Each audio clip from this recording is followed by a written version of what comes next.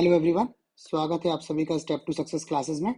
आज के वीडियो में जो इंडियन कॉन्स्टिट्यूशन भारतीय संविधान के परीक्षाओं में पूछे गए इंपॉर्टेंट क्वेश्चंस की जो सीरीज स्टार्ट की है हमने, आज ये उस सीरीज का तीसरा वीडियो है। हम दो वीडियोस ऑलरेडी रिलीज कर चुके हैं इसमें, जिसमें पहले वीडियो में हम लोगों ने चैप्टर 1 चैप्टर 2 कवर किया था और दूसरे वीडियो में चैप्टर 3 और चैप्टर 4 कवर किया हुआ था। ये जो क्वेश्चंस हम लोग बना के आपको दे रहे हैं, ये जितने भी सरकारी परीक्षाएं होती हैं और जिनमें भारतीय संविधान के क्वेश्चंस आते हैं, उन सभी परीक्षाओं की दृष्टि से ये बहुत इंपॉर्टेंट है। ठीक है, इसके अलावा चैनल पर करंट अफेयर्स के वीडियोस भी अवेलेबल हैं। आप चैनल पर जाकर ये करंट अफेयर्स के डेली वीडियोस भी देख सकते हैं। इसके अलावा मंथली वीडियोस भी अवेलेबल हैं चैनल पे। करंट अफेयर्स के मंथली करंट अफेयर्स के वीडियोस जो हैं वो चैनल पर अवेलेबल हैं। इसके अलावा यूपी ट्रिपल एससी की जो कुछ परीक्षाएं आयोजित होने वाली हैं अभी नियर फ्यूचर में, जिसमें एक पहली परीक्षा है जूनियर असिस्टेंट या कनिष्ठ सहायक की, दूसरी है विलेज पंचायत ऑफिसर या वीपीओ की, और तीसरी परीक्षा है पैट 2023। ठीक है, पैट 2023। तो इन परीक्षाओं की दृष्टि से जो यूपी स्पेशल के क्वेश्चन आएंगे इसमें, उस उत्तर प्रदेश विशेष के जो क्वेश्चंस आएंगे यूपी स्पेशल के क्वेश्चंस, उन क्वेश्चंस की भी एक सीरीज स्टार्ट की है। ये यूपी के एग्जाम्स के दृष्टि से इंपॉर्टेंट है, ये सीरीज भी आप लोग वहां पर देख सकते हैं। बाकी जो भी हम लोग क्वेश्चंस डिस्कस करते हैं वो आपको पीडीएफ फॉर्म के थ्रू टेलीग्राम ग्रुप के थ्रू अवेलेबल भी कराते हैं। ये टेलीग्राम ग्रुप का यूजर नेम है। बाकी वीडियो डिस्क्रिप्शन में भी टेलीग्राम का ग्रुप का लिंक दिया हुआ है, उस लिंक के थ्रू आप ग्रुप ज्वाइन कर सकते हैं और वहां से ये पीडीएफ ले सकते हैं। ठीक है, तो आज के वीडियो में हम लोग ये जो इंडियन कॉन्स्टिट्यूशन के अति महत्वपूर्ण प्रश्न, मोस्ट इंपॉर्टेंट क्वेश्चंस का ये पार्ट 3 है, भाग 3, जिसमें चैप्टर 5 जो है वो है उद्देशिका एवं राष्ट्रीय प्रतीक। जो भारत के संविधान में प्रीएम्बल है, जिसको आप लोग उद्देशिका के नाम से या प्रस्तावना के नाम से जानते हैं, और जो भारत के राष्ट्रीय प्रतीक हैं, जैसे मोर जो है हमारा राष्ट्रीय पक्षी है, शेर बाघ हमारा जो है वो राष्ट्रीय पशु है, इसी तरह से आपका जो सारनाथ के स्तंभ से आपने लिया हुआ है वो हमारा राष्ट्रीय प्रतीक है। तो इसके बारे में भी चर्चा करेंगे। और चैप्टर 6 में जो है वो है राज्य एवं संघ राज्य क्षेत्र, स्टेट्स एवं union territories, states and union territories. तो इसके बारे में हम लोग डिस्कस करेंगे कि इंडिया में कुल कितने स्टेट्स हैं, कुल कितनी यूटीज हैं, कौन सा स्टेट कब फॉर्म हुआ है, कहाँ से अलग होके फॉर्म हुआ है, इस तरह के क्वेश्चन हम लोग डिस्कस करेंगे। तो स्टार्ट करते हैं अपने वीडियो के पहले क्वेश्चन से। क्वेश्चन है, भारतीय गणतंत्र की 26/1/1950 को सही संवैधानिक वस्तु स्थिति क्या थी जब संविधान लागू किया गया था? ऑप्शन है आपके पास, लोकतंत्रात्मक गणतंत्र, दूसरा है संपूर्ण प्रभुत्व संपन्न धर्मनिरपेक्ष लोकतंत्रात्मक गणराज्य, तीसरा है संपूर्ण प्रभुत्व संपन्न लोकतंत्रात्मक गणराज्य, और चौथा है आपका संपूर्ण प्रभुत्व संपन्न समाजवादी धर्मनिरपेक्ष लोकतंत्रात्मक गणराज्य। ठीक है, तो ये प्रस्तावना का हिस्सा है। प्रस्तावना में जब आप पढ़ते हो प्रस्तावना को या उद्देशिका को, जो स्टार्ट होती है हम भारत के लोग भारत को एक, जब आप उसको पढ़ते हो तो अभी जो आपको उसमें मिलता है, उसमें आपको मिलता है भारत को एक संपूर्ण प्रभुत्व संपन्न समाजवादी पंथ निरपेक्ष लोकतंत्रात्मक गणराज्य बनाएंगे, ये स्टेटमेंट उसमें मिलता है। बट जब संविधान लागू हुआ था तो उस समय पर उसमें समाजवादी और पंथ निरपेक्ष शब्द नहीं थे, केवल उसमें संपूर्ण प्रभुत्व संपन्न लोकतंत्रात्मक गणराज्य, ये तीन जो थे शब्द थे। ये बाकी जो दो शब्द हैं समाजवादी और धर्मनिरपेक्ष, ये 1976 में जोड़े गए हैं। ठीक है, तो जब आपसे पूछा जाए कि 26/1/1950 को वस्तुस्थिति क्या है, तो भारत की जो स्थिति 1950 को है कि भारत एक संपूर्ण प्रभुत्व संपन्न लोकतंत्रात्मक गणराज्य होगा। तो इसका ये जवाब सही हो जाता है। अगला क्वेश्चन देखते हैं, भारत के संविधान के निर्माताओं का मत निम्नलिखित में किसमें प्रतिबिंबित होता है? ठीक है, ऑप्शन है आपके पास, उद्देशिका, राज्य के नीति निदेशक तत्व, मूल अधिकार और मूल कर्तव्य। तो जो भारत के संविधान निर्माता हैं उनका मत उद्देशिका में जो है वो प्रतिबिंबित होता है। जो उद्देशिका थी, जो जवाहरलाल नेहरू ने 13 दिसंबर 1946 को जवाहरलाल नेहरू द्वारा एक उद्देश्य प्रस्ताव जो है वो रखा गया था, जिसको 22 जनवरी 1947 को 22 जनवरी 1947 को इस उद्देश्य प्रस्ताव को पारित किया गया था। तो इस प्रस्ताव में जो उद्देश्य कि भारत को हम कैसा राज्य बनाने वाले हैं, भारत को कैसा एक राष्ट्र बनाने वाले हैं, जो उद्देश्य थे उसी का जो है इसमें उद्देशिका में मत प्रतिबिंबित होता है। ठीक है, उसी को उद्देशिका या प्रस्तावना के नाम से हम जानते हैं। और संविधान किस तरह से बनेगा, किस तरह से डिजाइन होगा, वो सारा उद्देशिका बतलाती है, आपको एक होलिस्टिक अप्रोच देती है भारत के बारे में। नेक्स्ट क्वेश्चन है, भारत के संविधान की प्रस्तावना में कितने प्रकार के न्याय, यहां पर कीवर्ड देखिएगा, न्याय, स्वतंत्रता, समानता एवं भ्रातृत्व की का उसी क्रम में उल्लेख कीजिए। मतलब आपको बताना है कि भारत के संविधान में कितने तरह के न्याय हैं, कितने तरह की स्वतंत्रताएं हैं, कितने तरह के समानताएं हैं, कितने तरह का भ्रातृत्व है।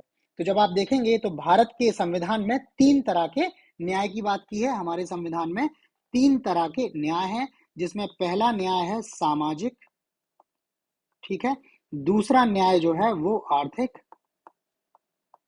और तीसरा जो है वो राजनीतिक। ठीक है, तो इस तरह से भारत के संविधान में 3 प्रकार के न्याय की बात की है, सामाजिक, आर्थिक और राजनीतिक। उसी तरह जब स्वतंत्रता की बात आती है तो 5 तरह की स्वतंत्रता की बात की गई है, जिसमें है विचार, अभिव्यक्ति, विश्वास, धर्म और उपासना। तो इस तरह की 5 तरह की स्वतंत्रताएं आपको दी हुई हैं।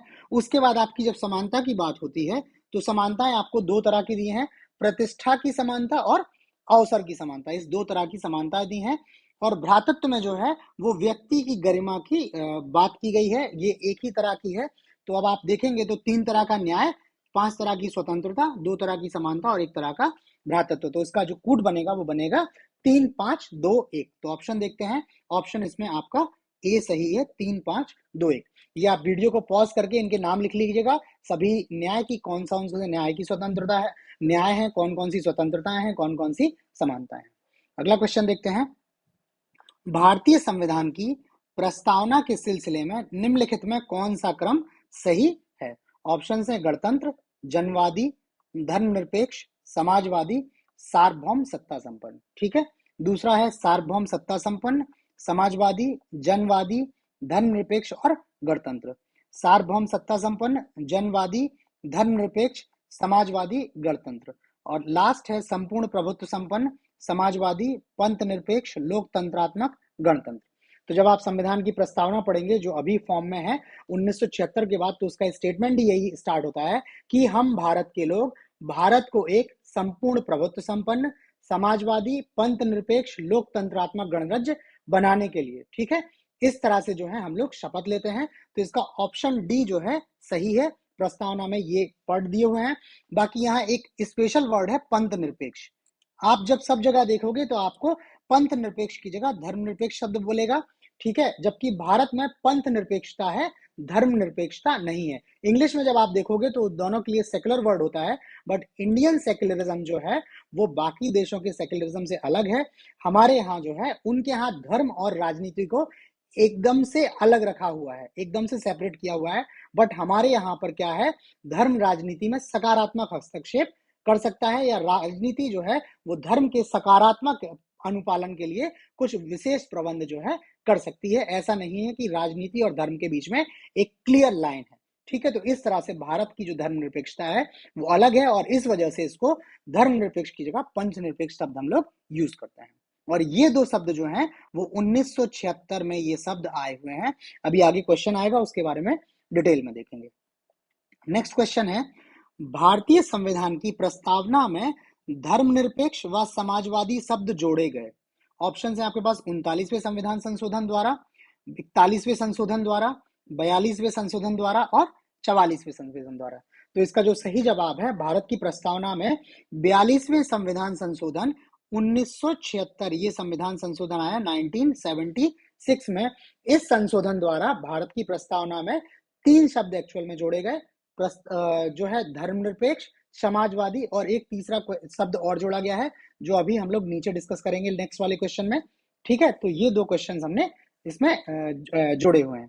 नेक्स्ट क्वेश्चन देखते हैं, निम्नलिखित शब्दों में कौन सा शब्द सन 1975 में भारतीय संविधान की प्रस्तावना में शामिल नहीं था। अभी हम आपको बता चुके हैं कि प्रस्तावना में जो संशोधन हुआ है, नए शब्द जोड़े गए हैं, वो 1976 में जोड़े हैं। तो आपसे पूछ रहा है कि 1975 में कौन से शब्द सम्मिलित नहीं था। ऑप्शन है बंधुत्व, संप्रभुता, समानता और अखंडता।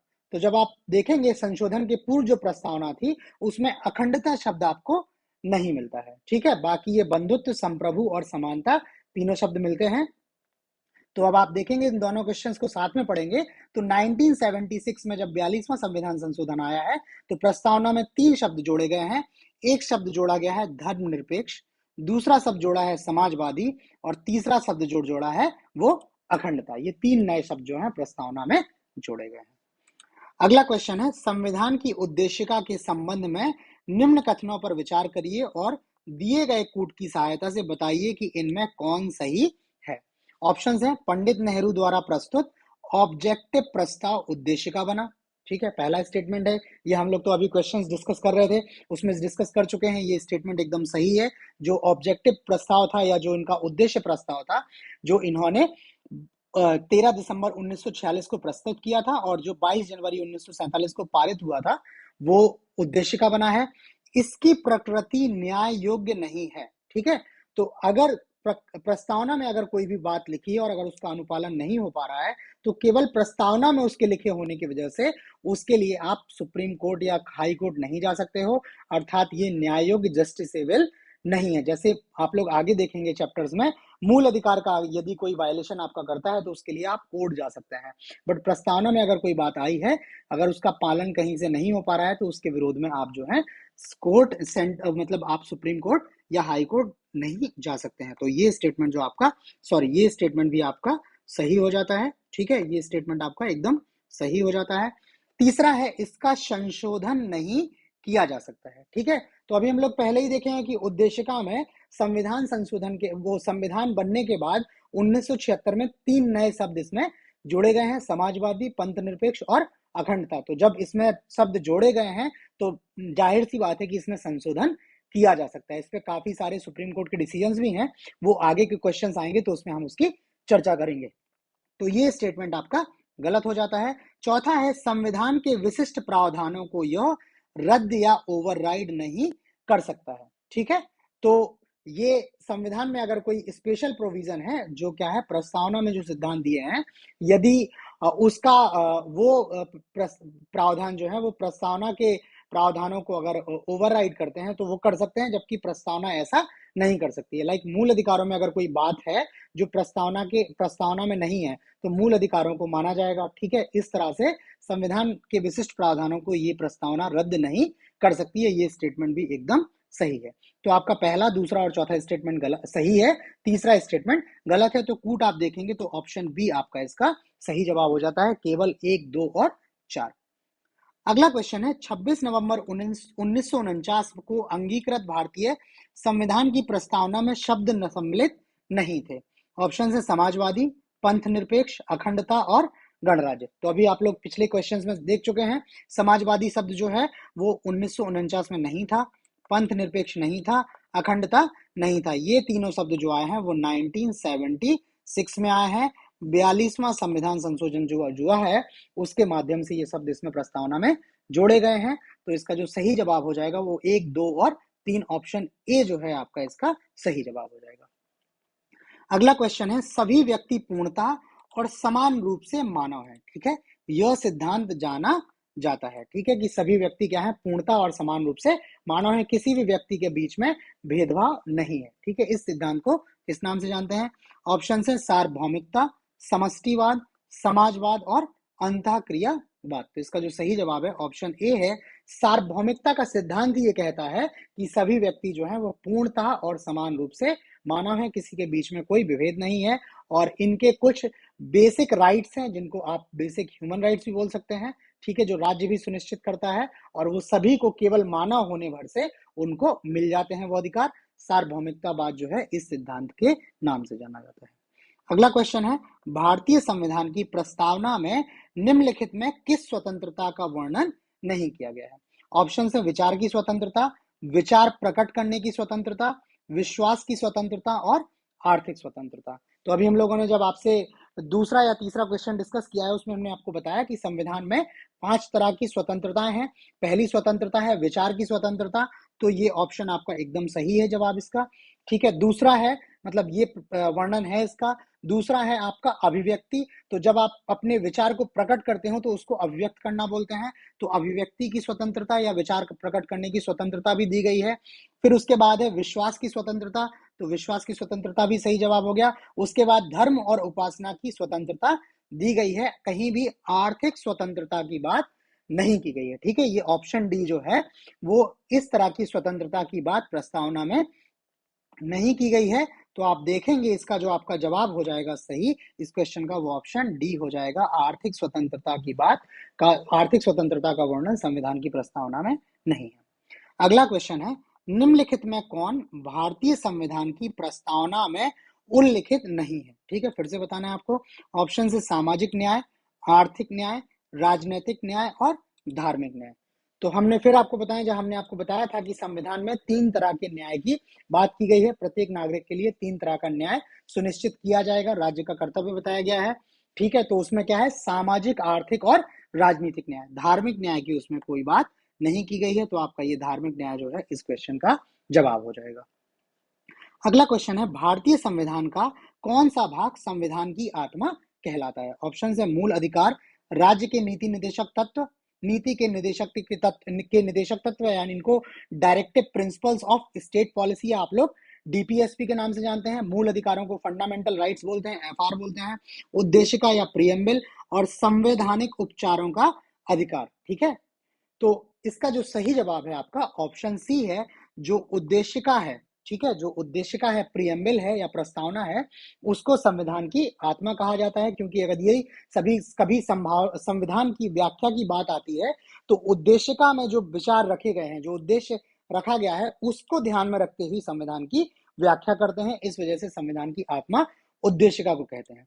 यहाँ एक इंपॉर्टेंट चीज ये है कि डॉक्टर वी आर अम्बेडकर हैं, इन्होंने आर्टिकल 32 अनुच्छेद 32 जो सांवैधानिक उपचारों का अधिकार है, यदि आपको जो मूल अधिकार दिए हुए हैं, जो आपको 5 मूल अधिकार दिए हुए हैं और 6वां मूल अधिकार जो है वो संवैधानिक उपचारों का अधिकार है, तो यदि आपका मूल अधिकारों का कोई वायलेशन करता है तो आप उसके विरोध में जो है संविधान के उपचार के लिए आप जो है आप हाई कोर्ट और सुप्रीम कोर्ट जा सकते हैं, और सुप्रीम कोर्ट को बाध्यता भी दी गई है कि उसको इसमें इंटरवीन करना पड़ेगा। तो इस वजह से डॉक्टर वी आर अम्बेडकर ने संवैधानिक उपचारों के अधिकार को जो है संविधान की आत्मा माना है। लेकिन इसमें ये स्टेटमेंट जो है वो डॉक्टर अम्बेडकर के कॉन्टेक्स्ट में नहीं, इन जनरल आपसे पूछा गया है, तो इन जनरल में आप देखेंगे।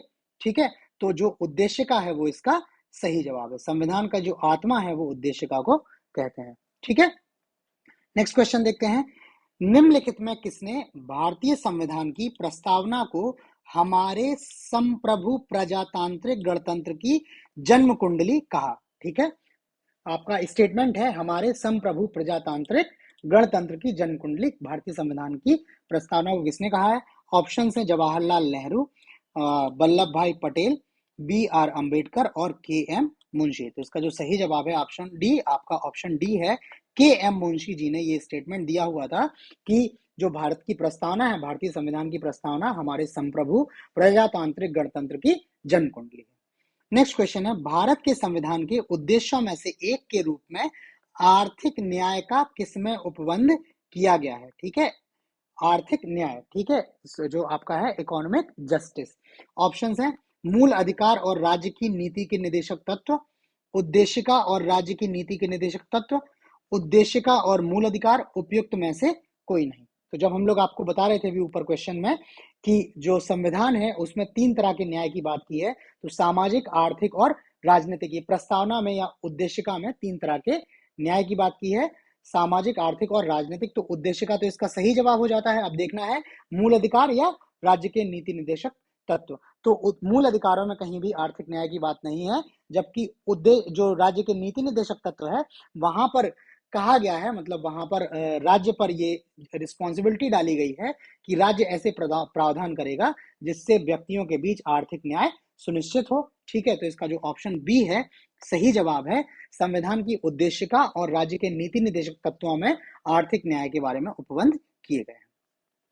अगला क्वेश्चन है, भारत के संविधान की उद्देशिका संविधान का भाग है किंतु कोई विधिक प्रभाव नहीं रखती है, लीगल इफेक्ट कोई नहीं रखती है, मतलब इसका अगर कोई वायलेशन कर रहा है तो उसके अगेंस्ट लीगली कोई एक्शन लिया जा सके, संविधान का भाग नहीं है और कोई विधिक प्रभाव भी नहीं रखती है। ठीक है, उसके बाद है संविधान का भाग है और वैसा ही विधिक प्रभाव रखती है जैसा कि उसका कोई अन्य भाग, और संविधान का भाग है किंतु उसके अन्य भागों से स्वतंत्र होकर उसका कोई विधिक प्रभाव नहीं।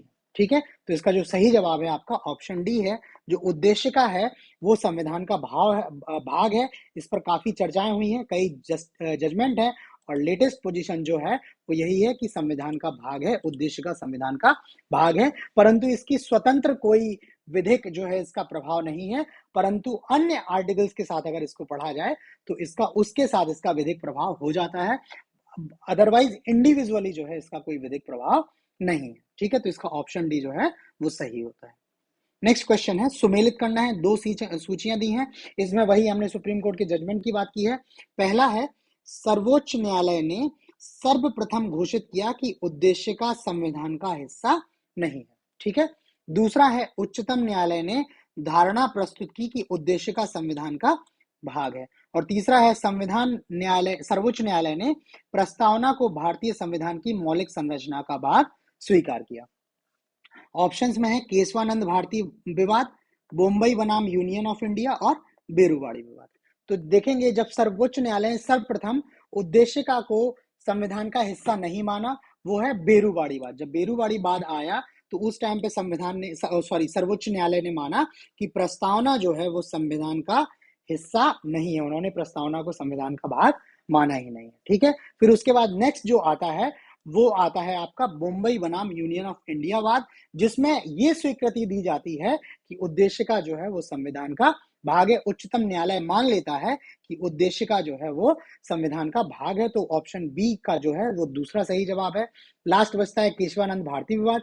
तो केशवानंद भारती विवाद में माना गया है कि सर्वोच्च न्यायालय ने माना कि प्रस्तावना जो है भारतीय संविधान का भाग भी है, और जो उसका बेसिक जो प्रिंसिपल है, बेसिक जो मतलब फंडामेंटल्स जो है कॉन्स्टिट्यूशन के, मौलिक संरचना जो है मौलिक संरचना का भाग है। ठीक है, तो इस वजह से उन्होंने जो उसमें सिद्धांत दिया था कि यदि संविधान में इस तरह का संशोधन किया जाता है जो संविधान के मूल प्रावधानों के खिलाफ हो, तो वैसे संविधान क्या है, वैसे संशोधन क्या है, उस लिमिट तक निरस्त हो जाएंगे। तो इन्होंने उद्देशिका को जो है मौलिक संरचना का भाग माना है, तो इसका जवाब जो है वो पहला सही हो जाएगा। इसका कूट बनता है 3-2-1। तो आप ऑप्शंस देखेंगे तो ऑप्शन सी जो है इसका सही जवाब है। ठीक है, यही 3 बात हम लोग बात कर रहे थे, जिनकी एक इसके बाद एक गोलकनाथ वाला भी है, वो भी आप देख लीजिएगा।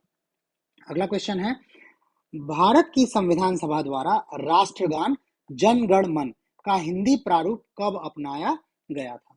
ऑप्शन है 26 नवंबर 1949, 24 जनवरी 1950, 17 नवंबर 1947 और 9 दिसंबर 1946। तो इसका जो सही जवाब है वो आपका ऑप्शन आपका जो है सही बी है।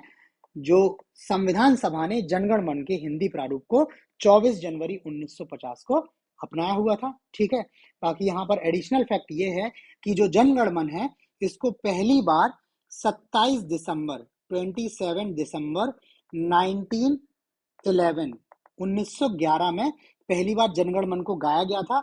और जो कांग्रेस के अधिवेशन होते थे, ठीक है, कांग्रेस के जो जो अधिवेशन होते थे, भारतीय राष्ट्रीय कांग्रेस जो थी उसके जो अधिवेशन होते थे, तो ये 1911 का अधिवेशन जो हुआ था ये कलकत्ता में हुआ था। ठीक है, कलकत्ता में ये अधिवेशन हुआ था।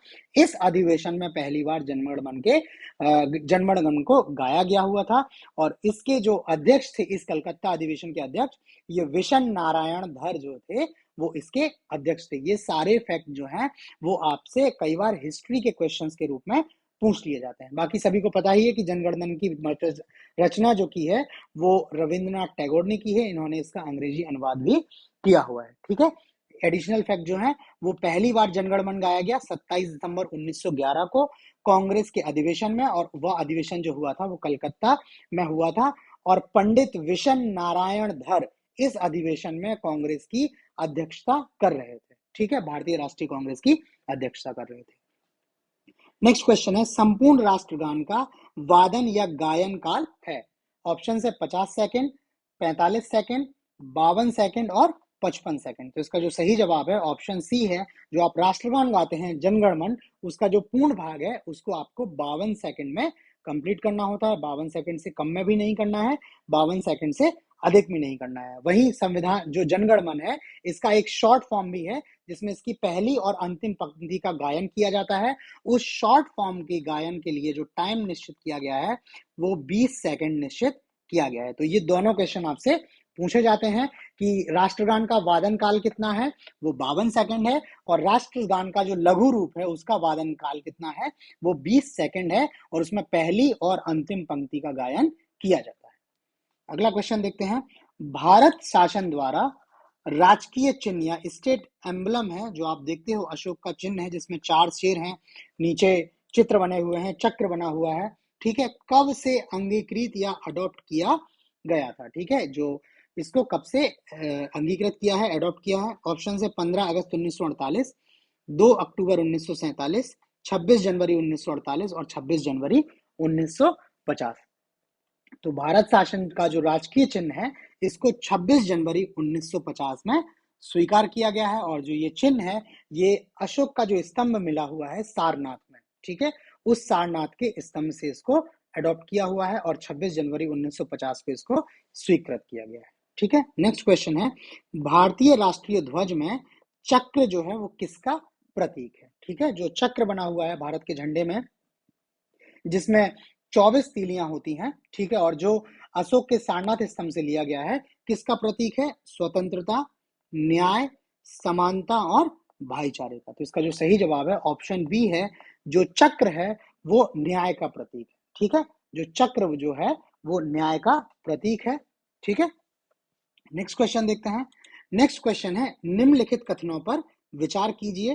पहला है, संविधान सभा ने राष्ट्रीय ध्वज का प्रारूप 22 जुलाई 1947 को अपनाया। ठीक है, पहला जो है वो संविधान सभा ने राष्ट्रीय ध्वज का प्रारूप 22 जुलाई 1947 को अपनाया। तो ये स्टेटमेंट आपका जो है एकदम सही है। संविधान का प्रारूप जो अपनाया गया वो 22 जुलाई 1947 को अपनाया गया। ठीक, दूसरा स्टेटमेंट है, राष्ट्रीय ध्वज के बीच चक्र में 21 तीलियां होती हैं। तो अभी हमने पिछला ही क्वेश्चन पढ़ा है, ये 21 की जगह कितनी तीलियां होती हैं? इसमें 24 तीलियां होती हैं। तो ऑप्शन बी इसका जो दूसरा स्टेटमेंट है वो गलत है। तीसरा है, राष्ट्र ध्वज की चौड़ाई लंबाई का अनुपात जो है वो 3:4 है। तो ये भी गलत है, ये अनुपात जो है वो 3:4 की जगह पर 3:2 है। जो चौड़ाई और लंबाई का अनुपात है वो 3:2 है। तो तीसरा स्टेटमेंट भी गलत है। जब आप कूट देखेंगे तो इसका केवल एक ऑप्शन जो बी है, केवल एक यही जवाब इसका सही है। ठीक है, नेक्स्ट क्वेश्चन है, राष्ट्रीय पंचांग या जिसको नेशनल कैलेंडर भी बोलते हैं के संबंध में कौन से कथन सही है? भारतीय राष्ट्रीय पंचांग विक्रम संवत पर आधारित है। ठीक है, तो ये स्टेटमेंट गलत है। भारत का जो राष्ट्रीय पंचांग है वो विक्रम संवत पर नहीं जबकि शक संवत पर आधारित है। ठीक है, विक्रम संवत पर आधारित नहीं है, शक संवत पर आधारित है। और ये शक संवत जो स्टार्ट होता है वो 78वीं ईस्वी से स्टार्ट होता है, मतलब ईसा के 78 वर्षों बाद से स्टार्ट होता है। तो अगर आपका अभी जो ईयर चल रहा है वो 2023 चल रहा है, ठीक है, तो इसमें से आप 78 जब घटा देंगे, ठीक है, तो आपका जो शक संवत चल रहा है वो शक संवत चल रहा है 1944-45। चूंकि जो शक संवत में राष्ट्रीय पंचांग है वो मार्च महीने से स्टार्ट होता है और अप्रैल माह से स्टार्ट होता है, वो अंतिम मार्च तक पहुंचता है, तो 2 साल के गैप में चलता है। ठीक है, तो इस वजह से जो है शक संवत हमारा 78 साल जो है इससे पीछे चलता है। नेक्स्ट क्वेश्चन है, तो ये स्टेटमेंट आपका गलत हो गया। नेक्स्ट स्टेटमेंट है, राष्ट्रीय पंचांग को 26 जनवरी 1950 से अपनाया गया। तो ये स्टेटमेंट भी गलत है। अभी हमने पीछे भी शायद देखा हुआ है, ये जो अपनाया गया है ये 22 मार्च 1957 को अपनाया गया है। ठीक है, राष्ट्रीय पंचांग को 22 मार्च 1957 को अपनाया गया है। बाकी जो राष्ट्रीय पंचांग है ये चैत्र माह में स्टार्ट होता है। ये चैत्र माह यूजुअली आपका मार्च में पड़ता है और ये यूजुअली 21 या 22 मार्च को होता है। तो भारत का जो राष्ट्रीय पंचांग के अकॉर्डिंग नया साल स्टार्ट होता है वो चैत्र माह के पहले दिन से, जो चैत्र में नवरात्रियां स्टार्ट होती हैं। ठीक है, 9 दिन जो कई लोग उपवास वगैरह भी रखते हैं, त्योहार मनाते हैं, वहां से भारत का जो है राष्ट्रीय पंचांग स्टार्ट होता है। ठीक, तो दूसरा स्टेटमेंट भी आपका गलत हो जाता है। तो इसमें सही बताना था, तो इसका ऑप्शन डी सही है। इसमें ना तो पहला कथन है सही है, ना ही दूसरा कथन सही है। ठीक है, नेक्स्ट क्वेश्चन है, संविधान के निम्नांकित में किस प्रावधान के अंतर्गत भारतीय संसद को नया राज्य बनाने का अधिकार है? ठीक है, इसका ऑप्शंस है अनुच्छेद 1, अनुच्छेद 2, अनुच्छेद 3 और अनुच्छेद 4। तो इसका जो सही जवाब है ऑप्शन सी है। जो भारतीय संविधान का अनुच्छेद 3 है, उस 3 में प्रावधान किया हुआ है कि भारत का संसद जो है वो नया राज्य बना सकती है। ठीक है, यहाँ पर कंफ्यूज मत होइएगा, नया राज्य बनाने की बात हो रही है।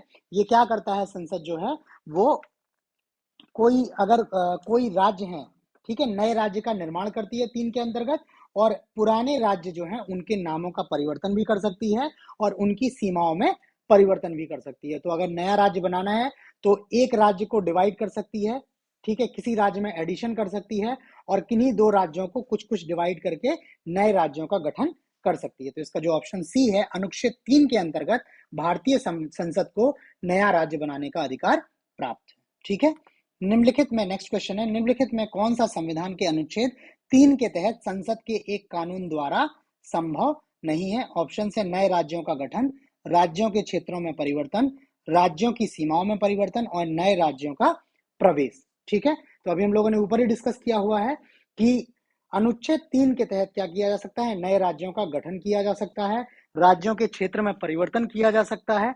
ठीक है, उसके अलावा जो है वो राज्यों की सीमाओं में परिवर्तन भी किया जा सकता है, किंतु अनुच्छेद 3 के तहत नए राज्यों का प्रवेश नहीं होता है। अर्थात कोई राज्य यदि भारत के राज्य क्षेत्र के अधीन नहीं है तो उसका अगर प्रवेश भारत में करना है, जैसे सिक्किम के उसमें हुआ था, सिक्किम जो है पहले भारत का हिस्सा नहीं था, उसको भारत में जो है ऐड किया गया है। गोवा भी जो था पहले भारत का हिस्सा नहीं था, उसको ऐड किया गया है। तो इस तरह नए राज्यों का जो प्रवेश होता है ये आर्टिकल 2 के द्वारा होता है। जो हमारे संविधान का अनुच्छेद 2 है उसके तहत जो है देश में, भारत में नए राज्यों का प्रवेश होता है। तो इसका ऑप्शन जो डी है वो आर्टिकल 3 के अंदर में नहीं आता है। सही जवाब इसका ऑप्शन डी हो जाएगा। ठीक है, नए राज्यों का प्रवेश अनुच्छेद 2 के तहत होता है। अगला क्वेश्चन है, निम्न में कौन सा कथन नए राज्यों के निर्माण के बारे में सही नहीं है? संसद विधि द्वारा एक नए राज्य का निर्माण कर सकती है। तो ये सही है, संसद को ये पावर दी हुई है। ठीक है, पार्लियामेंट के पास ये पावर है कि वो नए राज्य का निर्माण कर सकती है। तो ये ऑप्शन सही है। इस प्रकार की विधि में संविधान की पहली अनुसूची और चौथी अनुसूची के संशोधन का प्रावधान होगा। तो इसके पहले वाला जो वीडियो हम देख रहे थे जिसमें हमने अनुसूचियों के बारे में डिस्कशन किया था, तो पहली अनुसूची में संघ और उसके राज्य क्षेत्र के बारे में चर्चा है कि देश के भीतर कितने राज्य हैं, कितने संघ शासित प्रदेश हैं। तो अगर आप नए राज्य का निर्माण करेंगे तो नॉर्मल सी बात है, पहली अनुसूची की पोजीशन जो है वो चेंज होगी, तो आपको पहली अनुसूची में संशोधन करना पड़ेगा। और जो चौथी अनुसूची थी उसके बारे में हमने आपको बताया था कि चौथी अनुसूची में बताया गया है कि राज्यसभा में राज्यों का प्रतिनिधित्व किस तरह से होगा। तो जब आप नए राज्य का निर्माण करेंगे तो नॉर्मल सी बात है, उसको आपको राज्यसभा में सीटें भी देनी पड़ेंगी। इस वजह से चौथी अनुसूची में भी परिवर्तन होगा, उसमें भी संशोधन करना होगा। तो ऑप्शन बी जो है इसका सही है। तीसरा है, इस प्रकार की विधि को अनुच्छेद 368 के प्रयोजनों के लिए संविधान का संशोधन माना जाएगा। ठीक, तो ये स्टेटमेंट आपका गलत है। जब संसद जो है वो नए राज्यों का निर्माण करती है तो वो साधारण बहुमत द्वारा नए राज्यों का निर्माण कर सकती है। उसके लिए किसी प्रकार के विशेष बहुमत की आवश्यकता नहीं है। जिन राज्यों की सीमाओं में परिवर्तन वगैरह भी करती है उन राज्यों की जो सहमति है या सलाह जो है वो बाध्यकारी नहीं है। तो इस तरह से ऑप्शन सी जो है इसका गलत हो जाता है। डी है, इस प्रयोजन के लिए विधेयक संसद में तब तक पुनर्स्थापित नहीं किया जा सकता जब तक इसे उस राज्य के विधानमंडल को निर्दिष्ट नहीं कर दिया गया जिसके क्षेत्र, सीमाओं या नाम पर इसका प्रभाव पड़ता है। तो मान लीजिए इस तरह का कोई प्रावधान है कि सरकार जो है, संसद जो है वो 2 राज्यों के सीमाओं को थोड़ा थोड़ा सा कम करके उनको जो कम किए हुए भाग को मिलाकर नया राज्य बनाती है। तो इस प्रकार यदि सरकार कुछ कार्य करना चाहती है, संसद कुछ कार्य करना चाहती है, तो पहले इसका प्रस्ताव जो है इनको संबंधित राज्यों के विधानमंडलों को भेजना होगा और विधानमंडल जो है अपनी उस पर सलाह देंगे। हालांकि ये सलाह जो है वो संसद पर बाध्यकारी नहीं है, संसद इनकी सलाह के इतर जाकर भी निर्णय ले सकती है। तो ऑप्शन डी जो है इसका सही है। ठीक है, कि इनको विधानमंडलों को निर्दिष्ट करना पड़ेगा, उसके पहले नहीं कर सकते हैं। उनकी सलाह आप माने या ना माने ये आप पर बाध्यता नहीं है, बट उनसे आपको जो है ओपिनियन लेना पड़ेगा, उनका जो है मत आपको लेना पड़ेगा। तो इस कथन में सही नहीं है, तो ऑप्शन सी जो है इसका सही जवाब हो जाएगा। ये ऑप्शन सी जो है वो गलत है। नेक्स्ट क्वेश्चन है, निम्नलिखित कथनों पर विचार कीजिए। भारत संघ नहीं है, तो ये कथन तो सीधा सीधा सा गलत है। भारत संघ है, भारत को बोलते ही हैं कि भारत जो है वो संघ है, यूनियन ऑफ इंडिया ही बोलते हैं। और कारण है, किसी भी राज्य का क्षेत्र, सीमा, नाम उसकी सहमति के बिना भी परिवर्तित करने की शक्ति संघीय संसद को प्राप्त है। तो अभी हम लोग पहले क्वेश्चन डिस्कस कर ही रहे थे कि संसद को जो है संबंधित राज्य के विचार लेने हैं, लेकिन उन विचारों के आधार पर एक्शन लेना है नहीं लेना है इस पर कोई बाध्यता नहीं है, अर्थात उनकी सहमति के बिना भी सीमाओं में, उनके नाम में परिवर्तन कर सकती है। तो ये कारण जो है इसका सही है। अब आपको कूट चयन मिलाकर चयन करना है, तो पहले में ए तथा आर दोनों सही हैं और आर ए की सही व्याख्या है, तो ये गलत हो गया। दूसरा है ए तथा आर दोनों सही है, ये भी गलत हो गया। ए सही है किंतु आर गलत है, यहाँ पर उल्टा है, ए गलत है किंतु आर सही है। तो ऑप्शन डी जो है इसका सही है। इसमें कथन सही गलत है और कारण सही है। निम्नलिखित कथनों पर विचार कीजिए और दिए गए कूट की सहायता से बताइए इनमें कौन सही है। संविधान में यूनियन ऑफ स्टेट्स शब्द प्रयुक्त हुआ है क्योंकि भारतीय राज्यों को अलग होने का अधिकार नहीं है। तो ये एकदम सही है। जब हम लोग कल वीडियो डिस्कस कर रहे थे उसमें बताया हुआ था कि भारत का जो फेडरलिज्म है वो कनाडा की ओर है, संयुक्त राज्य अमेरिका की तरफ नहीं है, क्योंकि भारत में जो है जिस तरह का भारत का संघ है, तो किसी भी राज्य को संघ से बाहर जाने की परमिशन नहीं है, संघ से बाहर कोई नहीं जा सकता है। ठीक, तो ये स्टेटमेंट एकदम सही है, पहला कथन सही है। एस के धर आयोग ने राज्यों के पुनर्गठन हेतु भाषा के आधार की अपेक्षा प्रशासनिक सुविधा को वरीयता दी थी। ठीक है, जब देश बना तो देश में कई जगह से जो है मांगे उठ रही थी, कई हिस्से जो थे वो अपने आप को एक अलग राज्य के रूप में स्थापना करना चाहते थे, मांग कर रहे थे लगातार। तो इस तरह की मांगों को जांचने के लिए जो तत्कालीन जो संविधान सभा के अध्यक्ष थे डॉक्टर राजेंद्र प्रसाद, उनकी अध्यक्षता में एक धर आयोग बनाया गया था। ठीक है, एस के धर की अध्यक्षता में एक आयोग बनाया गया था जिसको 1948 में इसका गठन हुआ था। ठीक है, और ये 4 सदस्यीय आयोग था जिसने बताया हुआ था कि राज्यों का यदि पुनर्गठन करना है तो भाषा की जगह प्रशासनिक सुविधा के आधार पर वरीयता दी जाए, मतलब ऐसे स्थानों को एक साथ रखा जाए जहां का प्रशासन क्या है आसानी से किया जा सकता है। तो दूसरा स्टेटमेंट भी इसका सही है। तीसरा स्टेटमेंट है, पंडित नेहरू, सरदार पटेल और पट्टाभी सीतारमैया की अध्यक्षता में कांग्रेस कमेटी राज्यों के पुनर्गठन में भाषाई आधार के पक्ष में नहीं थी। तो जब एस के धर आयोग ने अपनी रिकमेंडेशंस दी और उन्होंने बताया कि भाषा के आधार पर नहीं जबकि प्रशासनिक सुविधा के आधार पर राज्यों का पुनर्गठन हो, तो इस रिपोर्ट की जांच के लिए, इसकी समीक्षा के लिए कांग्रेस ने एक फिर से नया 3 सदस्यीय आयोग बनाया जिसको JVP आयोग बोलते थे। ठीक है, इसको आयोग को बोलते थे JVP, J for Jawaharlal Nehru, V for Sardar Vallabh Bhai Patel और पी फॉर पट्टाभी सीतारमैया। तो इनकी अध्यक्षता में एक आयोग बनाया, कमेटी बनाई, और इस कमेटी ने भी जो बोला वो बोला कि भाषा के आधार पर राज्यों का गठन नहीं करना है। ठीक है, तो ऑप्शन आपका तीसरा भी सही हो जाता है। कूट देखेंगे तो ऑप्शन डी इसका सही है, सभी तीनों कथन जो है इसमें सही दिए गए। ठीक है, नेक्स्ट क्वेश्चन पे चलते हैं। भारतीय संघात्मक व्यवस्था के संदर्भ में निम्नलिखित कथनों में कौन सा कथन सही है। पहला है, भारतीय संविधान के अंतर्गत राज्यों को संघ से अलग होने का अधिकार नहीं है। तो अभी हम लोग पीछे क्वेश्चन में बता चुके हैं कि भारत का जो फेडरलिज्म है, जो भारत का संघवाद है, उसमें राज्यों को संघ से अलग जाने का कोई अधिकार नहीं है। इसके विपरीत जो है अमेरिका में राज्यों को वहां से, उसके संघ से बाहर होने का अधिकार है। तो पहला स्टेटमेंट सही है। दूसरा है, अलग होने की मात्र वकालत करने पर अभिव्यक्ति की स्वतंत्रता की सुरक्षा मिलेगी। तो ये स्टेटमेंट गलत है। ठीक है, आप कोई भी व्यक्ति यदि ये बोलता है, इस तरह की बात करता है कि मैं भारत के इस हिस्से को तोड़ के भारत से अलग करना चाहता हूं, तो उस तरह की स्वतंत्रता, जो अभिव्यक्ति की स्वतंत्रता संविधान के अनुच्छेद 19(1) में दी गई हुई है, जो विचार एवं अभिव्यक्ति की स्वतंत्रता 19(1) में दी है, तो उसी के नीचे 19(1) का ए जो दिया है उसमें बोला हुआ है कि आप देश की अखंडता और एकता को यदि प्रभावित करने वाला किसी भी तरह का विचार या अभिव्यक्ति करते हैं तो फिर आपको इस अभिव्यक्ति को स्वतंत्रता नहीं माना जाएगा और आपके अगेंस्ट जो है वो एक्शन लिया जा सकता है। तो इस वजह से ये स्टेटमेंट गलत है। यदि आप इस तरह की वकालत करेंगे तो सरकार आपके अगेंस्ट जो है एक्शन ले सकता है। तो इसका केवल कथन एक सही है, कूट में ऑप्शन ए सही है, कथन एक सही है, दूसरा गलत है। नेक्स्ट क्वेश्चन है, भारत में कितने राज्य एवं संघीय प्रदेश हैं? ऑप्शन है 25 राज्य एवं 7 संघीय प्रदेश, 28 राज्य एवं 7 संघीय प्रदेश, 19 राज्य एवं 6 संघीय प्रदेश, 28 राज्य एवं 8 संघीय प्रदेश। ठीक है, तो इसका जो सही जवाब है आपका ऑप्शन डी है। वर्तमान में भारत में 28 राज्य और 8 संघीय प्रदेश है। ठीक है, जम्मू कश्मीर जो था, जम्मू कश्मीर को जब 2019 में राज्य का दर्जा की स्थान पर उसको जो केंद्र शासित प्रदेश का दर्जा दिया गया और उसको दो भाग किए गए, एक लद्दाख बनाया गया और एक जो है वो आपका जम्मू कश्मीर को रखा गया। ठीक, तो उस टाइम पर जो है आपके 29 राज्य होते थे, जम्मू कश्मीर को राज्य से हटा दिया गया तो आपके 29 की जगह 28 राज्य हो गए और उस टाइम पे 7 संघ शासित प्रदेश थे।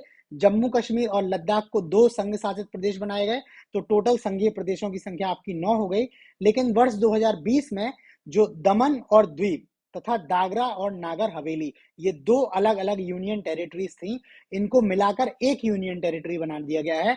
अर्थात दादरा और नागर हवेली एवं दमन और द्वीप ये मिलकर पूरा एक यूटी हो गया है। तो अब 9 में से एक यूटी घट गया है, तो अब टोटल 8 यूटीज बचे हैं और 28 राज्य बचे हैं। ये क्वेश्चन मेरे हिसाब से इंपॉर्टेंट है, चूंकि ये वस्तु स्थिति जो है वो तेलंगाना राज्य के गठन के बाद लगातार चेंज हुई है।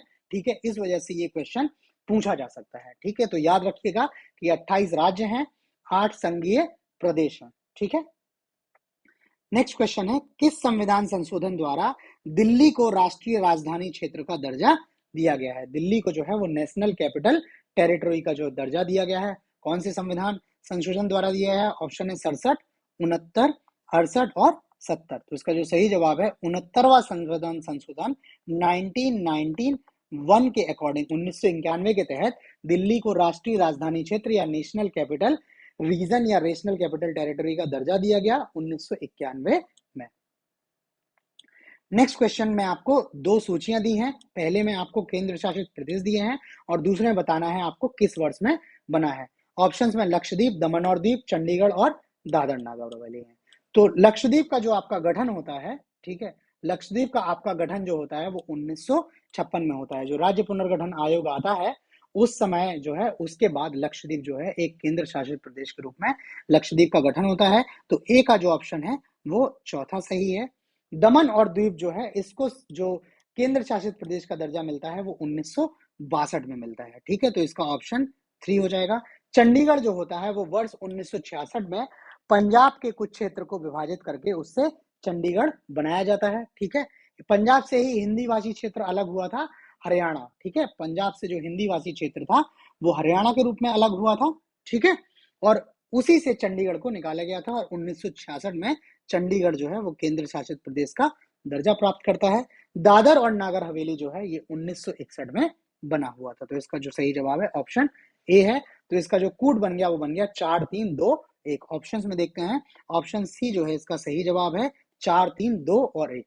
इन ऑप्शंस को आप मेरे हिसाब से वीडियो पॉज करके एक लिस्ट बना लीजिएगा। ये अगर आपके पास कोई टेक्स्ट बुक है जिसको आप यूज करते हैं उसमें देख लीजिएगा कि किस राज्य का किस वर्ष में गठन हुआ है और किस केंद्र शासित को किस वर्ष में केंद्र शासित प्रदेश का दर्जा दिया गया है। आपको ये देख लेना है और आपको इसको याद रखना है। इसके अभी बहुत सारे क्वेश्चंस आपको वीडियो मिलेंगे तो आपको समझ में आ जाएगा कि इसका क्वेश्चन किस तरह से पूछा जाता है। अगला क्वेश्चन है, भारत के संविधान के अनुच्छेद 240 के अंतर्गत कुछ संघ राज्य क्षेत्रों के लिए विनियमन बनाने की राष्ट्रपति की शक्ति के संदर्भ में निम्न में कौन सा युग्म सुमेलित नहीं है? सही सुमेलित नहीं है। राष्ट्रपति जो है वो कुछ यूनियन टेरिटरीज के लिए जो है स्पेशल राष्ट्रपति को पावर दी है। तो आपको बताना है कि इनमें से कौन सा सुमेलित नहीं है। ऑप्शन पहला है 241A या का, ये है अंडमान और निकोबार द्वीप। तो ये एकदम सही है। जो संविधान का अनुच्छेद 201 240 एक का या 241A जो है इसमें अंडमान निकोबार के बारे में राष्ट्रपति को विशेष प्रावधान करने की जो है वो शक्ति दी गई है। उसी तरह जो 241 खा या 241B है इसमें लक्षद्वीप के बारे में राष्ट्रपति को विशेष प्रावधान करने की शक्ति दी गई है, एकदम सही है। तीसरा है 241 गा, इसमें है दमन और द्वीप, तो ये भी एकदम सही है। जो है 241 गांव है, राष्ट्रपति को दमन और द्वीप, और चूंकि दादर और नागर हवेली इसमें शामिल हो गया है, तो दमन और द्वीप तथा दादर और नागर हवेली दोनों के बारे में जो है वो सरकार को जो राष्ट्रपति को पावर दी गई है 241 गा में। ठीक, उसके बाद से चौथा है 241 घा या डी, इसमें दिया हुआ है पांडिचेरी, तो ये जो है गलत है। 241 डी में पांडिचेरी को नहीं दी है। 241 घा की जगह डा या 241 ई आर्टिकल में पांडिचेरी के बारे में राष्ट्रपति को विशेष प्रावधान देने की जो है छूट दी गई है। जो 241 घा या 241 डी है ये ओमिट हो गया है, अब एग्जिस्ट नहीं करता है, तो इसका जो गलत जवाब है वो ऑप्शन डी है। इस क्वेश्चन के अकॉर्डिंग ये पांडिचेरी जो है इसका जवाब हो जाएगा। नेक्स्ट क्वेश्चन है, सिक्किम भारत का एक राज्य बन गया था 30वें संशोधन के अंतर्गत, 32वें संशोधन के अंतर्गत, 35वें संशोधन के अंतर्गत और 42वें संशोधन के अंतर्गत। तो सिक्किम की जो जनता थी उसने ये विचार व्यक्त किया था कि वो भारत में शामिल होना चाहती है। तो 35वें संविधान संशोधन 1900 जो है 35वां संविधान संशोधन जो है वो 1974 के तहत सिक्किम को भारत में जो है एक हिस्सा बना लिया गया था। सिक्किम को जो है वो भारत का हिस्सा मान लिया गया था 35वें संविधान संशोधन 1974 द्वारा। ठीक है, अभी सिक्किम के बारे में एक संशोधन और आएगा, उसकी हम आगे चर्चा करते हैं। नेक्स्ट है, भाषा के आधार पर राज्यों के गठन हेतु राज्य पुनर्गठन आयोग की स्थापना कब की गई थी? ऑप्शन है 1856, 1956, 1953 और 1960। तो इसका जो सही जवाब है ऑप्शन सी है। राज्यों के पुनर्गठन हेतु राज्य पुनर्गठन आयोग की स्थापना जो है वो 1953 में की गई है। तत्कालीन राष्ट्रपति जो है राजेंद्र प्रसाद थे, उनके द्वारा की गई है। और ये जो एक था ये राज्य पुनर्गठन आयोग जो था ये 3 सदस्यीय आयोग था, जिसमें फजल अली जो हैं इस आयोग के अध्यक्ष थे। फजल अली जो हैं इसके अध्यक्ष थे। इसके बाद इसके 2 और सदस्य थे, एक थे हृदयनाथ कुंजारू और दूसरे थे के.एम. पणिक्कर, ये 2 इसके सदस्य थे। ठीक है, और तीसरे जो फजल अली हैं ये अध्यक्ष थे। तो इसको राज्य पुनर्गठन आयोग को जो है सामान्यतः फजल अली आयोग के नाम से भी जानते हैं। ठीक है, और इस पुनर्गठन आयोग ने अपनी रिपोर्ट जो भेजी थी वो 30 सितंबर 1955 को इन्होंने अपनी रिपोर्ट जो है वो सबमिट की थी। और इस रिपोर्ट के बेसिस पे 1956 में राज्य पुनर्गठन अधिनियम पारित होता है और उसके तहत जो है वो देश में कुल 14 राज्य, 14 स्टेट और 6 केंद्र शासित प्रदेश बनाए जाते हैं। ठीक है, इसके अंतर्गत जो है वो देश में 14 राज्य और 6 केंद्र शासित प्रदेश बनाए जाते हैं। तो एक क्वेश्चन आपसे पूछा जा सकता है कि वर्ष 1956 में जो है वो देश में राज्यों की और केंद्र शासित प्रदेशों की स्थिति क्या थी? तो देश में उस समय 14 राज्य और 6 केंद्र शासित प्रदेश थे। ये आपका राज्य पुनर्गठन आयोग है, ये बहुत इंपॉर्टेंट है। इसमें इसके अध्यक्ष का नाम भी पूछा जाता है, इसके अन्य सदस्यों का नाम भी पूछा जाता है, इसकी रिपोर्ट कब सबमिट हुई ये भी पूछा जाता है, और इसके आधार पर राज्य पुनर्गठन आयोग का राज्य पुनर्गठन अधिनियम कब पारित किया गया ये भी पूछा जाता है, और पुनर्गठन अधिनियम के पश्चात राज्यों और केंद्र शासित प्रदेशों की क्या स्थिति थी ये क्वेश्चन भी इसमें पूछा जाता है। अगला क्वेश्चन है, निम्नलिखित राज्यों के गठन पर विचार कीजिए तथा इन्हें कालक्रमानुसार व्यवस्थित कीजिए। ऑप्शन है गोवा, तेलंगाना, झारखंड और हरियाणा। तो इसका जो सही जवाब है आपका, ठीक है, इसका जो हरियाणा राज्य है, सबसे पहले हरियाणा, इन 4 राज्यों में सबसे पहले फॉर्मेशन होता है हरियाणा का 1966 में।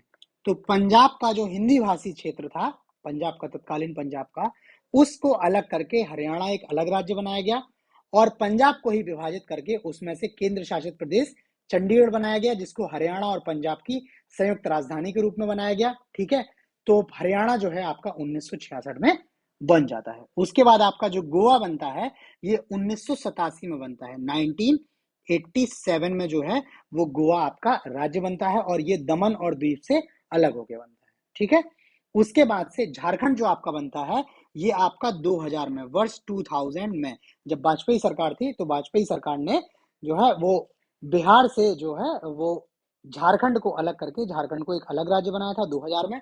और तेलंगाना जो राज्य बना है वर्ष 2014 में, उस टाइम पे कांग्रेस सरकार थी, डॉक्टर मनमोहन सिंह उस टाइम पे प्रधानमंत्री थे। ठीक है, तो इनके द्वारा ये तेलंगाना राज्य 1914 में बनाया था। तो अब कालक्रम में सबसे पहले हरियाणा बना इस क्वेश्चन के अकॉर्डिंग, फिर गोवा, फिर झारखंड और फिर तेलंगाना। कूट बनेगा 4132। ठीक है, तो ऑप्शन देखते हैं 4132 आपका ऑप्शन बी जो है इसका सही जवाब है। अगला क्वेश्चन है, फिर से आपको वही है, नीचे जो है काल क्रमानुसार बनाएं तथा कूट का प्रयोग कहीं करते हुए सही उत्तर का चयन करें। इसमें है आपका छत्तीसगढ़, अरुणाचल प्रदेश, झारखंड और सिक्किम। ठीक है, तो सिक्किम के बारे में तो मैं आपको बता ही चुका हूं कि ये 1900 जो है सिक्किम आपका 1975 में भारत में शामिल हो जाता है। ठीक है, 1975 में 36वां संविधान संशोधन आता है। ठीक है, 35वां संविधान संशोधन जो था 1974 का, उसके थ्रू सिक्किम का भारत में प्रवेश हो जाता है। ठीक है, जबकि उसको पूर्ण राज्य का दर्जा जो है वो 1974 में ना मिलके 36वां संविधान संशोधन आता है 1975 में, और उसके थ्रू सिक्किम को पूर्ण राज्य का जो दर्जा मिल जाता है। तो सिक्किम का जो राज्य के रूप में निर्माण होता है वो 1975 में होता है।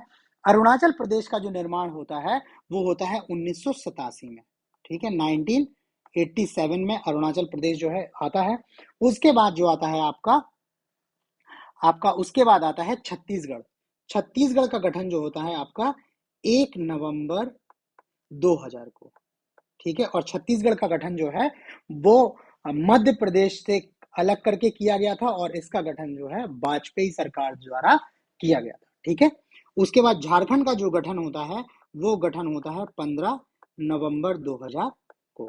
ठीक है, 15 नवंबर 2000 को झारखंड का गठन होता है।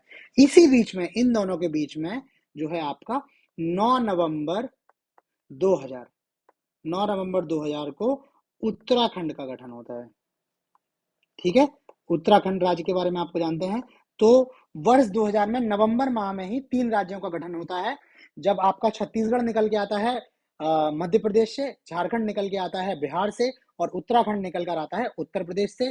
सबसे पहले छत्तीसगढ़ बनता है 1 नवंबर को, उत्तराखंड बनता है 9 नवंबर को, और झारखंड बनता है 15 नवंबर को। ठीक है, तो इस क्वेश्चन में आप देखेंगे इसका जो कूट बन जाएगा वो 4213 बन जाएगा। ऑप्शन जो है 4213, ऑप्शन बी जो है इसका सही जवाब है। ठीक है, ये आप याद रखिएगा। छत्तीसगढ़, झारखंड और केवल उत्तराखंड को लेकर भी एक आपसे सेपरेट क्वेश्चन पूछा जा सकता है। इनकी डेट्स है छत्तीसगढ़, उसके बाद से आपका दूसरा आता है उत्तराखंड, और तीसरा आता है झारखंड। ठीक, नेक्स्ट क्वेश्चन है, नीचे दिए गए राज्यों को भारत संघ के संपूर्ण राज्य का दर्जा प्राप्त होने का सही कालानुक्रम कौन सा है। आपको बताना है कि कौन सा राज्य कालक्रम के हिसाब से सही बना है।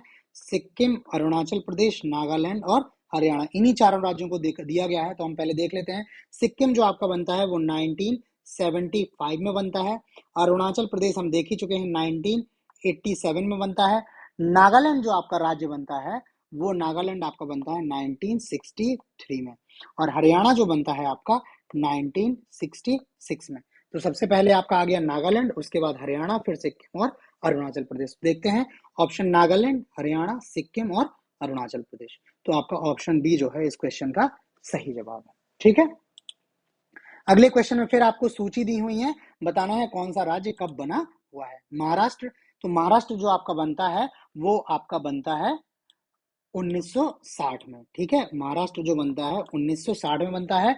1960 में महाराष्ट्र से गुजरात को अलग कर दिया जाता है। पहले गुजरात जो था वो महाराष्ट्र का पार्ट था, बट गुजरात को महाराष्ट्र जो है वो मराठी भाषी क्षेत्र हो जाता है, और गुजरात जो है वो समहाउ गुजराती या हिंदी भाषी क्षेत्र हो जाता है 1960 में। उसके बाद हिमाचल प्रदेश जो है ये 1971 में बनता है, और ये भी पंजाब से अलग होकर आता है। तो हिमाचल प्रदेश जो है वो 1971 में बनता है। मेघालय जो आपका बनता है वो 1972 में राज्य बनता है। मेघालय कब बनता है? 1972 में। और सिक्किम जो है आपका 1975 में राज्य का दर्जा मिलता है। तो इसका कोड जो बन गया वो आपका 1 2 4 3 बन गया। ऑप्शन देते हैं 1 2 4 3। तो आपका ऑप्शन ए जो है इसका सही जवाब है। ठीक है, महाराष्ट्र 1960 में, हिमाचल 1971 में, मेघालय 1972 में और सिक्किम 1975 में। अगला क्वेश्चन है, राज्य पुनर्गठन आयोग 1953 के संबंध में निम्न कथनों पर विचार करते हुए सही विकल्प चुने। जस्टिस फजल अली, के एम पणिक्कर और हृदयनाथ कुंजारू इसके सदस्य थे। तो एकदम सही है, 3 सदस्यीय आयोग था, ये तीनों सदस्य थे, जिसमें जस्टिस फजल अली जो थे ये अध्यक्ष के रूप में इसमें काम कर रहे थे। ठीक है, जो फजल अली थे इस जो है आयोग के अध्यक्ष थे, इस वजह से इसको फजल अली आयोग के नाम से भी जानते हैं। दूसरा है आयोग ने बंबई और पंजाब के विभाजन का समर्थन किया। ठीक है, तो ये स्टेटमेंट जो है गलत है, क्योंकि बंबई और पंजाब में भाषा के आधार पर विभाजन की बात चल रही थी। बंबई से गुजरात अलग होना चाहता था, पंजाब से हरियाणा के विभाजन की बात चल रही थी और हिमाचल के विभाजन की भी बात चल रही थी, तो इन्होंने इसका समर्थन नहीं किया। कथन 2 जो है वो गलत है। तीसरा है संसद में पास राज्य पुनर्गठन कानून 1956 के तहत 14 राज्य तथा 6 केंद्र शासित प्रदेश बनाए गए। तो ये हम आपसे डिस्कस कर ही चुके हैं कि 1956 में राज्य पुनर्गठन कानून आने के बाद जो देश में स्थिति थी, तो देश में कुल 14 राज्य और 6 केंद्र शासित प्रदेश थे। तो ये कथन भी आपका सही है, पहला सही है, तीसरा सही है, दूसरा गलत है। तो कूट देखेंगे तो इसके अकॉर्डिंग इसका डी जो है वो सही जवाब है, 1 और 3 सही है, दूसरा गलत है। नेक्स्ट क्वेश्चन है भाषाई आधार पर सर्वप्रथम किस राज्य का पुनर्गठन हुआ? ऑप्शन है राजस्थान, आंध्र प्रदेश, मध्य प्रदेश और कर्नाटक। तो अभी हमने आपसे डिस्कस किया था, जो पहले आपका बना धर आयोग बना। ठीक है, जो धर आयोग आता है आपका, धर आयोग के आपके आता है जेबीपी, एक समिति आती है। तो इन दोनों ने क्या हुआ था, भाषाई आधार पर राज्यों के पुनर्गठन का इन्होंने विरोध किया था। इन्होंने बोला था कि भाषा के आधार पर विरोध, इसका गठन नहीं करना है। जबकि आंध्र प्रदेश से लगातार मांग हो रही थी कि हम तेलुगु भाषियों को जो है अलग राज्य का दर्जा दिया जाए। तो वहां उस जो विभाजन के नेता थे पोट्टी श्री रामल्लू, ठीक है, इन्होंने अनशन स्टार्ट कर दिया और ये जो है आमरण अनशन पर बैठ गए और अनशन के दौरान ही इनकी जो है वो मृत्यु हो गई। 1952 में इनकी मृत्यु हो जाती है और इनकी मृत्यु के बाद जो है वो विरोध और तेज हो जाता है और उन्हीं सब समयागत वस्तुओं को देखते हुए, सरकमस्टांसेस को देखते हुए 1953 में आंध्र प्रदेश को राज्य का दर्जा दे दिया जाता है। तेलुगु भाषी राज्य लोगों के लिए एक अलग आंध्र प्रदेश का गठन किया जाता है। तो इस तरह से भाषाई आधार पर सर्वप्रथम आंध्र प्रदेश का गठन होता है। इसका ऑप्शन बी जो है इसका सही जवाब है, ऑप्शन बी जो है इसका सही जवाब है। नेक्स्ट क्वेश्चन है भारत में राज्य पुनर्गठन आयोग की संस्तुति के आधार पर राज्यों का पुनर्गठन किस वर्ष किया गया? 1947, 1956, 1951 और 1966। तो ये हम लोग देख ही चुके हैं कि फजल अली आयोग जो था पुनर्गठन आयोग, इसने 1955 में अपनी रिपोर्ट दी और उसकी संस्तुति पर राज्यों का पुनर्गठन आयोग या राज्य पुनर्गठन कानून जो है वो 1956 में पारित किया गया। नेक्स्ट क्वेश्चन है भारत के राष्ट्रीय चिन्ह के दृश्य भाग में चक्र के दाईं ओर किस पशु का अंकन है?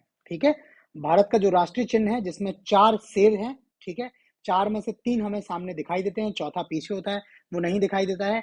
उसके नीचे जो है एक चक्र होता है। ठीक है, चक्र में जो है चक्र के दोनों तरफ हमें दाईं ओर और बाईं ओर एक एक जो है वो पशु दिखाई देता है। तो आपको बताना है दाईं ओर कौन सा पशु है। तो जो चक्र का दृश्य भाग है उस पर आपको एक दौड़ता हुआ घोड़ा दिखता है और दूसरा एक आपको उस पर बैल दिखता है। ठीक है, जिसमें से आपका जो घोड़ा है, दौड़ता हुआ घोड़ा, ये बाईं ओर है, जबकि बैल जो है इसमें दाईं ओर है। तो इसका जो सही जवाब है ऑप्शन डी है, बैल है।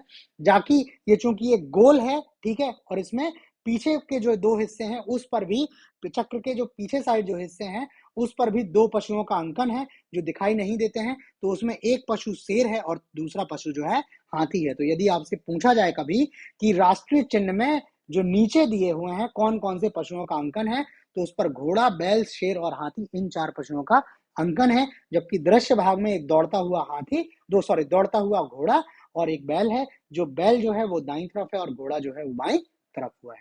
ठीक है, तो ये हो गया आपके राष्ट्रीय चिन्ह के बारे में। नेक्स्ट क्वेश्चन है भारत के राष्ट्रीय चिन्ह के नीचे अंकित वाक्य सत्यमेव जयते किस उपनिषद से लिया गया है? तो जो राष्ट्रीय चिन्ह देखेंगे उसमें 4 शेर हैं, 4 शेर के नीचे चक्र है, चक्र के दोनों तरफ जो है वो पशु अंकित है और उसके नीचे एक स्टेटमेंट लिखा रहता है सत्यमेव जयते। ये किस उपनिषद से लिया गया है? तो ये जो सत्यमेव जयते लिया है ये मुंडक उपनिषद से लिया गया है। ऑप्शन बी जो है इसका सही जवाब है, मुंडक उपनिषद से ये जो है वो सत्यमेव जयते वाक्य लिया गया है। ठीक है, तो ये जो क्वेश्चंस हमने डिस्कस किए हैं ये इसकी आंसर शीट लगी है। जब आप हमारा टेलीग्राम ग्रुप ज्वाइन कर लेंगे और उस ग्रुप के थ्रू हम आपको ये पीडीएफ प्रोवाइड करेंगे तो उस पीडीएफ के साथ ये आंसर शीट जो है पंक्च होगी, ताकि आप जो है उसके आंसर्स मिला रखें, कोई कंफ्यूजन हो तो आप इससे टैली कर सकें। ठीक है, बाकी आज भारतीय संविधान के चैप्टर 3 में इतने ही क्वेश्चन थे। चैप्टर 3 में जो है इतने ही क्वेश्चंस थे। ये क्वेश्चंस आपको कैसे लगे प्लीज हमें लाइक करके कमेंट करके जरूर बताएं। यदि आपने चैनल को सब्सक्राइब नहीं किया है तो चैनल को सब्सक्राइब कर लें, साथ ही साथ आप नोटिफिकेशंस भी जो हैं वो ऑन कर लें ताकि आपको टाइमली इंफॉर्मेशन मिलती रहे नए वीडियोस की। बाकी और सरकारी जो परीक्षाएं हैं उन परीक्षाओं को ध्यान में रखते हुए चैनल पर हिस्ट्री, ठीक है, चैनल पर जो है हिस्ट्री, उसके बाद से कंप्यूटर, ठीक है, और यूपी स्पेशल, ठीक, और एनवायरनमेंट के क्वेश्चंस जो हैं वो अवेलेबल हैं, ठीक है। ये क्वेश्चंस परीक्षाओं की दृष्टि से अति महत्वपूर्ण है, इन क्वेश्चंस को आप देख सकते हैं। बाकी अभी आगामी पेट की परीक्षा है तो उसके लिए भी कुछ कंटेंट हम लोग बनाने जा रहे हैं, वो जल्दी आपको हम पब्लिश करेंगे, ठीक। तो आज वीडियो में इतना ही, बाकी नए क्वेश्चंस के साथ जल्दी मिलते हैं, तब तक के लिए धन्यवाद।